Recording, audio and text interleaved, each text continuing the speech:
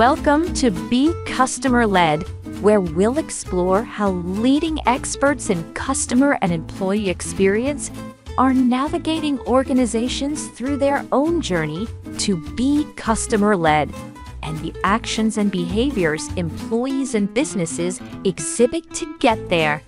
And now your host, Marbu Brown.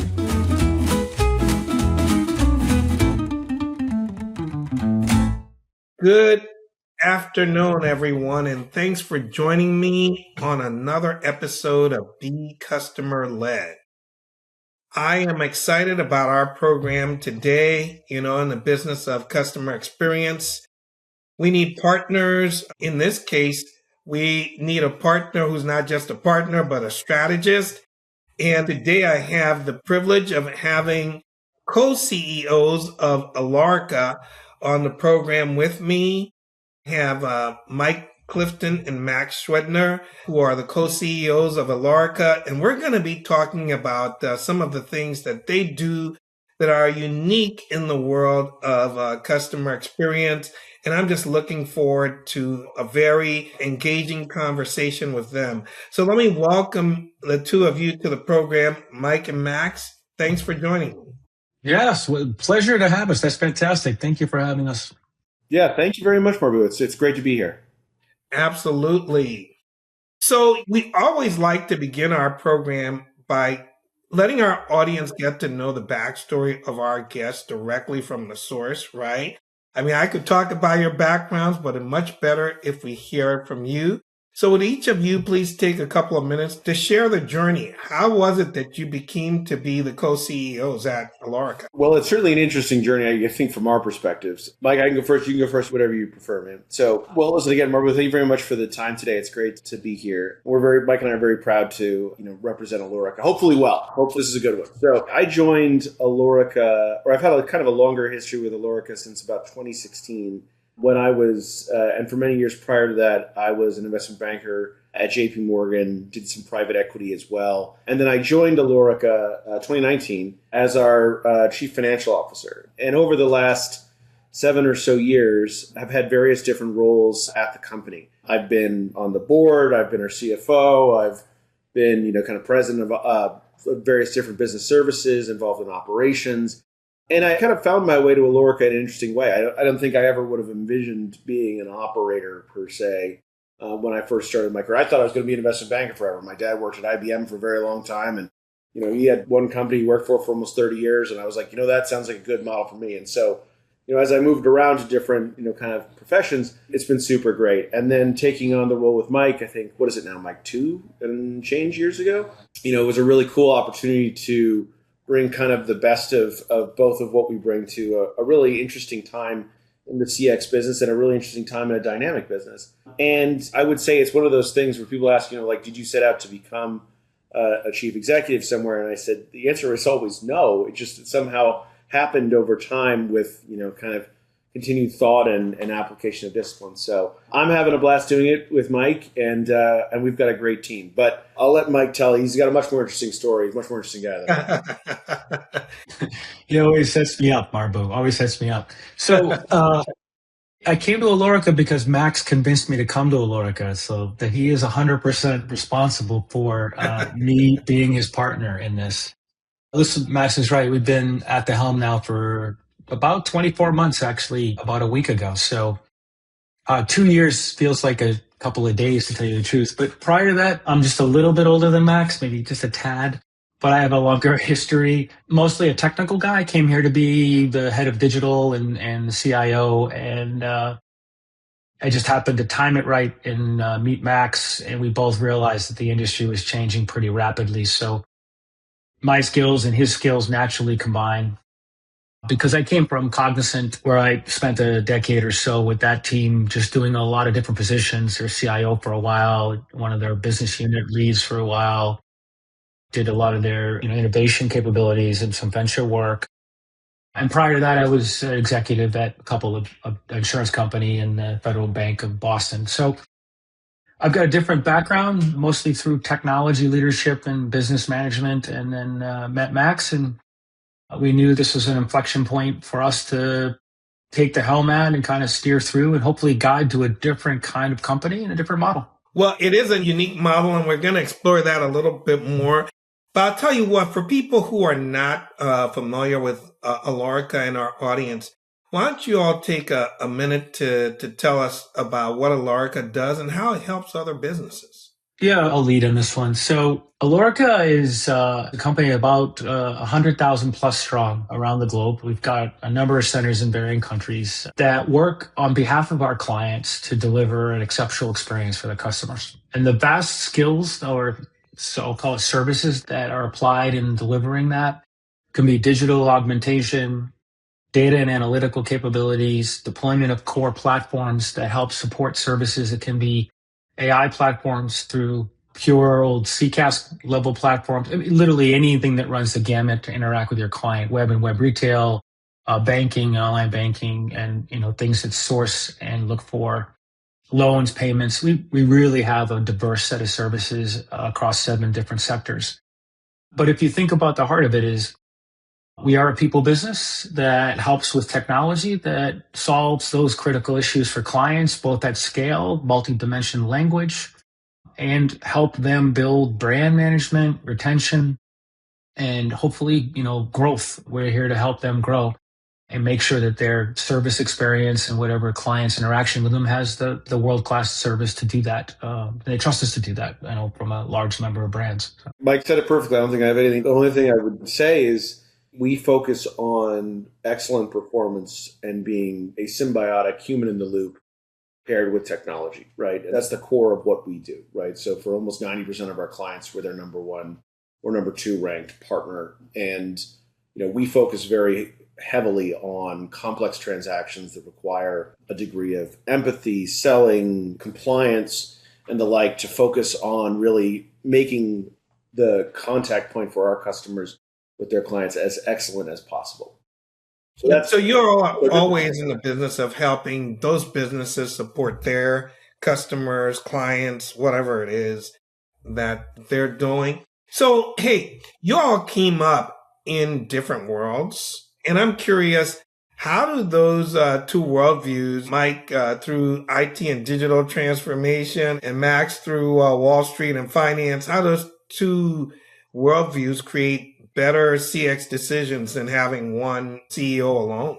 Go ahead, Max. You can articulate. That's a good question. I like to think that Mike and I love the saying that you walk a mile in a man's shoes to understanding what they're going through, right? And I think when we look to make smart decisions for our clients about their experience in CX, Mike and I can wear many hats, right? We can both together through kind of a quick conference can wear the hat of a CIO, a salesperson, an operator, a CFO, a CEO, and say, what's going to matter to all these different constituencies to approach it in a different way? Because we've played all those roles, right? And I think we have kind of that full deck versus having one bend of one background or one experience. So it's a much richer kind of,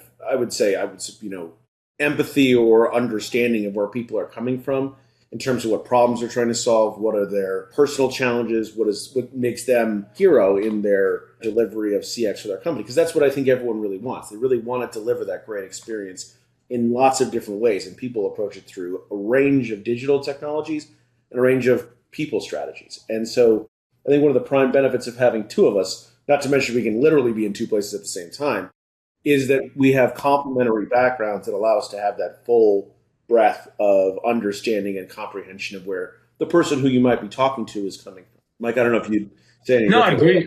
Yeah, I'll give a different perspective. When Max and I talk to board meetings and C-levels at other companies and they ask the similar question, one thing a lot of the board members ask is, so what do we observe differently when you do this?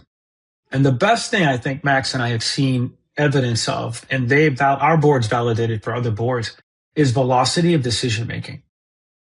So Max's point about the multidiscipline skills we've got, having gone through different paths to get to this, as complementary to one another, but also the fact that you do not need to sit within a number of meetings to make very critical, high impact business decisions. It can be done at a fairly quick pace.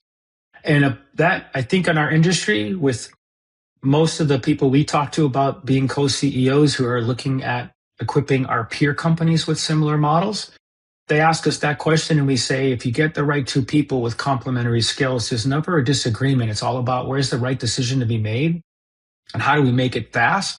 Because standing still isn't going to win, right? That's the advice we would give. Interesting. Yeah. So even as you're describing this, I think of something I like to refer to as Vantage Point. There's actually a movie by that name called Vantage Point.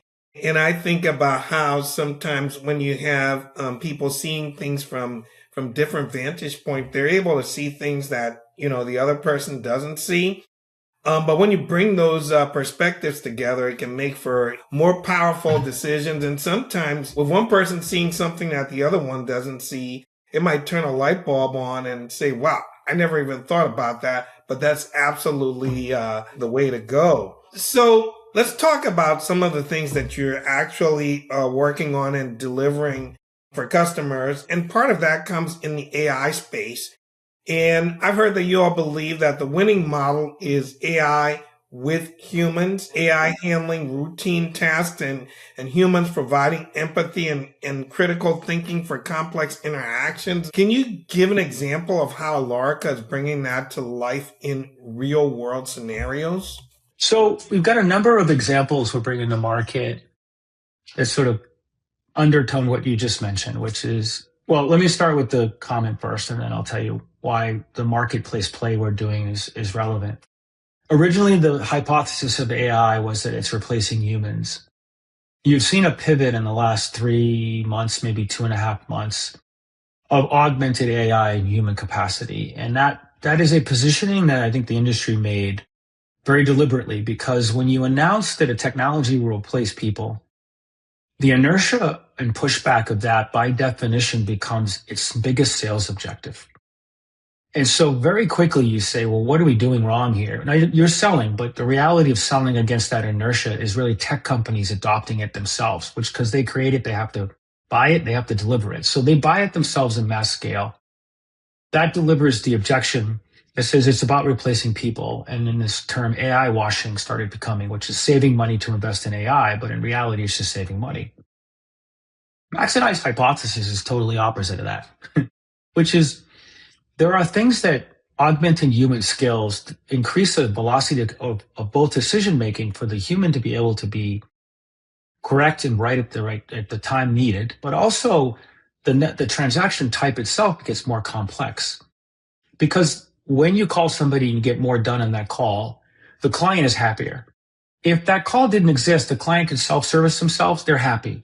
Put together for the right value proposition is a home run. And there are only certain places that applies. It's always been the case, right? ATMs solve problems for clients at a bank. But you want to go talk to somebody, you have an option to do it. The reality follows the same path. So when technology disrupts the industry, it's an augmented capability and a likely complex transaction move where more can be done than thought of. So the quantum number of transactions goes up, doesn't go down, right? So I think our hypothesis is, how do you serve that market? We do it with technology to help humans with dialect neutralization, so we can give people the right position, the right job, the right skill to be able to have a good conversation so it's recorded correctly, the analyzed data correctly.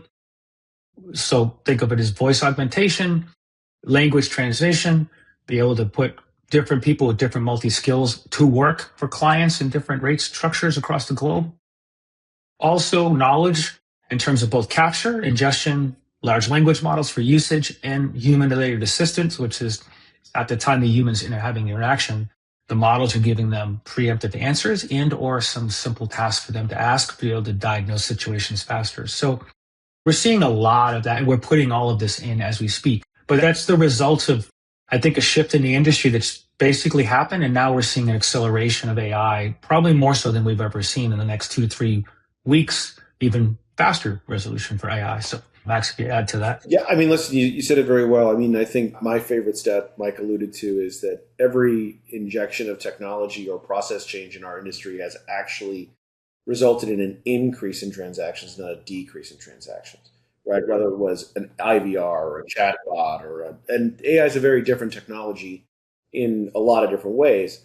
But what I think it's going to allow us to do, and what it is allowing us to do at Alorica, is have a much more personalized experience for our clients and their customers, right? If you mass deploy AI at scale with to Mike's point, a side-by-side knowledge base or other tools that allow us to really deepen those conversations that our agents are having with people when they get to a person and get a better result. Like imagine you called someone for a technical support question on a device you had, and you ended up with purchasing another device because you had such a great experience. That seems like a far litany away from where people would think the CX industry was 2-3 years ago.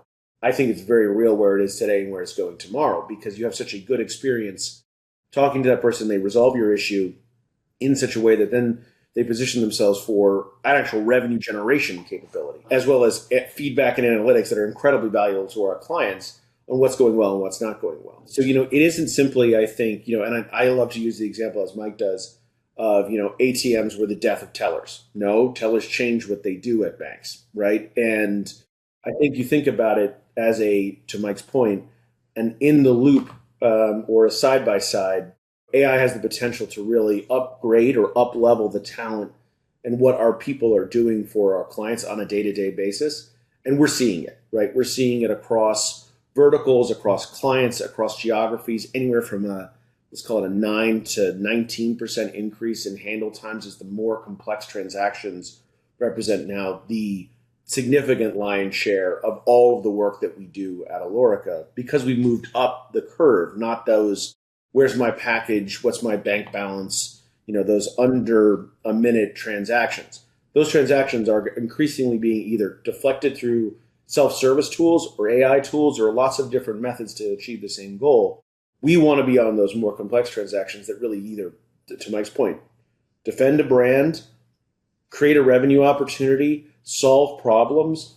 Those are the transactions that I think will continue to have value, duration, and actually be, provide a good customer experience, not just simply a check the box. Yep. So, as we talk about this, look, I think early on, the AI hype kind of got ahead of the reality. And so when people were talking about AI replacing people and all this sort of stuff, the question is, was AI even ready to go in and replace people? And it wasn't. People didn't understand hallucinations and all of those kinds of things that were coming with AI. They didn't get the concept of, at first people thought that they could just take ChatGPT and deploy it or Copilot or something, or some kind of a tool and just deploy it in their environment without having LLMs fine-tuned for their environment and stuff like that. And so there was a lot of pieces that were missing, and the hype, was way ahead of the reality. And so some of the things that we're talking about that have changed is that, people have realized that, hey, this is much different than we thought it's going to be. There's a little bit more work to be done. But tell me a little bit, do you have a real world example or favorite example of how this combo is working in a real world situation where, you've gone into a company, whether it's healthcare or transportation or hospitality or something like that, where you've gone in and you put the combination together where some things have been automated and other things have been where it's been optimized for the human aspect? Tell me a little bit about that. So we actually could use ourselves as the best example, to tell you the truth, but let me start with a client. One client that we worked heavily with was looking for two things. Number one, their CSAT was down, impacted by a number of product launches that they had made that had compounded against longer wait times and handling times going up because they hadn't educated appropriately the right staff on, some tweaks on their product changes. So there's a bit of a compounding problem there. It was an education issue. There was a longer wait time, more calls, volumes were up.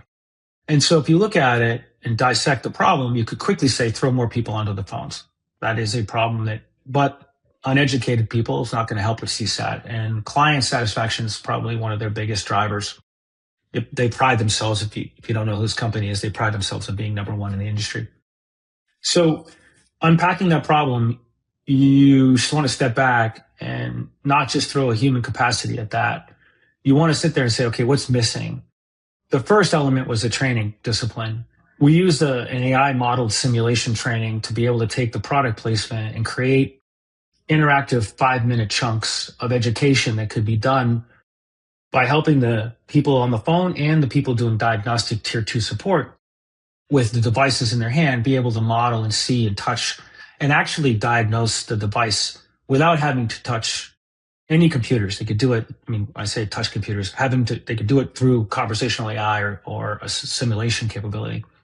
That education was done in less than a few weeks and rolled out, which brought our agents' capability and the tier 2 support people up a very high level of capability. So that solved the education issue with AI augmentation.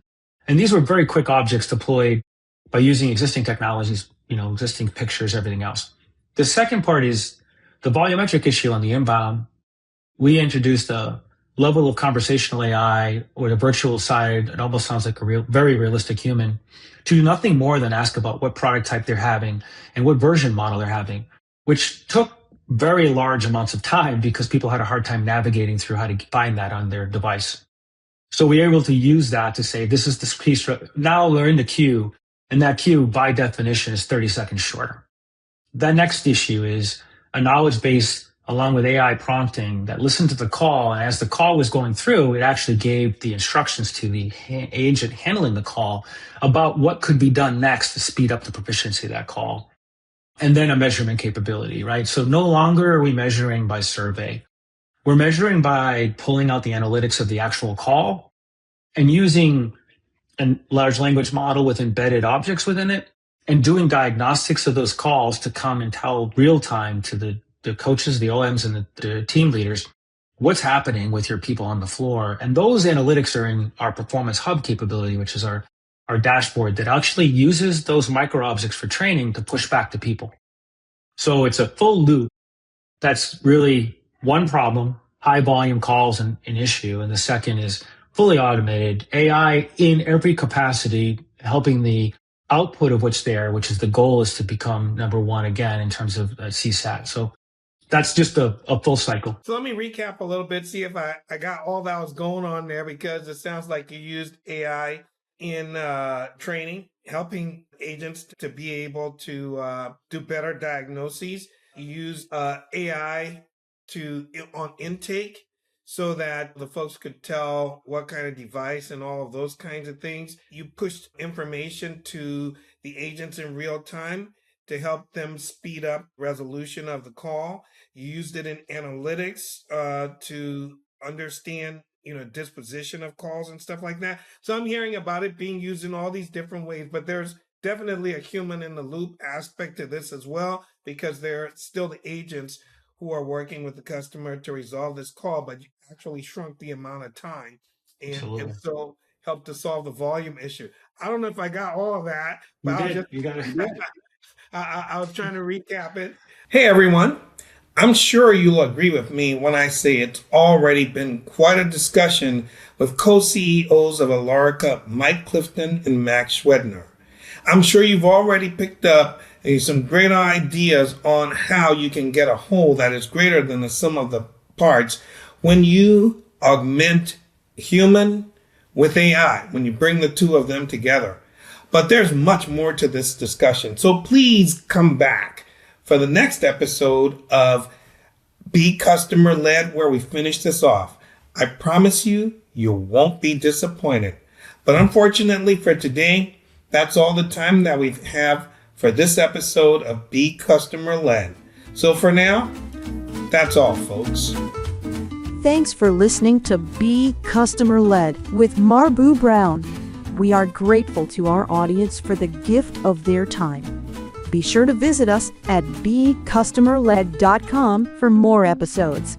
Leave us feedback on how we're doing or tell us what you want to hear more about. Until next time, we're out.